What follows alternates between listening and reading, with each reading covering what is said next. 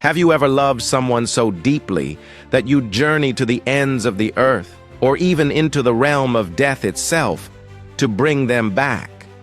This is the story of Orpheus and Eurydice, a tale of love that almost conquered death, only to be undone by a single moment of doubt. In ancient Greece there lived a musician named Orpheus, whose melodies were so beautiful that even the trees would bend to listen. The birds would pause their songs, and wild beasts would lay down their ferocity, entranced by his divine music. As the son of Apollo and the muse Calliope, Orpheus had inherited his father's musical gifts and perfected them to near supernatural levels. When Orpheus met the beautiful wood nymph Eurydice, it was love at first sight. Their wedding day was meant to be the beginning of their eternal happiness together.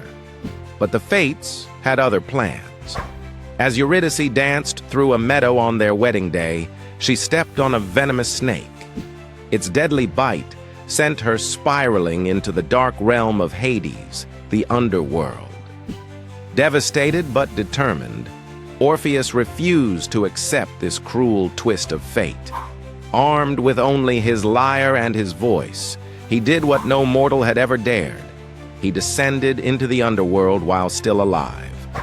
Past the river Styx he went, his music charming even Cerberus, the fearsome three-headed guard dog of the underworld.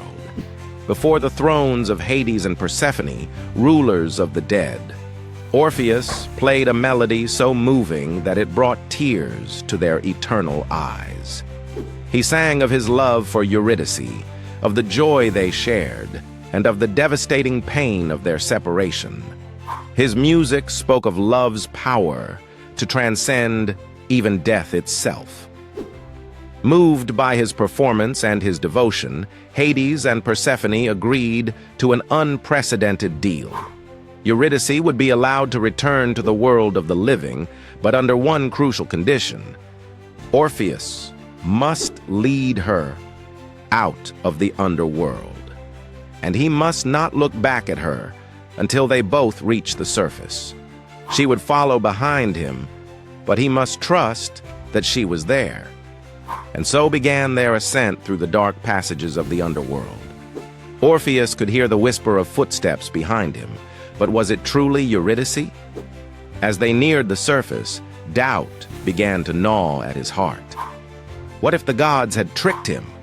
What if she wasn't really there? Just as the light of the living world became visible ahead, just as victory was within their grasp, Orpheus's resolve crumbled. Perhaps it was love, perhaps it was doubt, or perhaps it was simply human nature, but he turned his head to look back at his beloved Eurydice.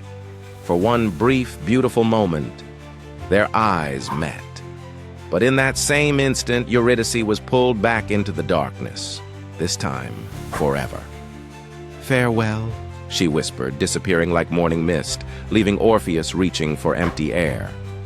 This tragic tale reminds us that sometimes our greatest enemy is our own doubt.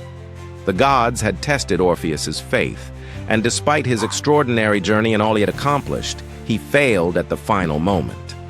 His story teaches us about trust, patience, and the sometimes devastating consequences of our choices. The myth of Orpheus and Eurydice has inspired countless works of art, operas, and poetry throughout history. It speaks to the universal human experience of love and loss, of hope and despair. We see ourselves in Orpheus's desperate need to verify what we're told to take on faith, even when doing so might cost us everything.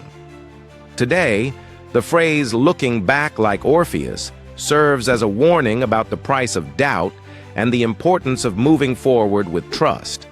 The story reminds us that sometimes the hardest part of love isn't the grand gestures or the epic quests. It's having faith in what we cannot see and trusting in what we cannot control.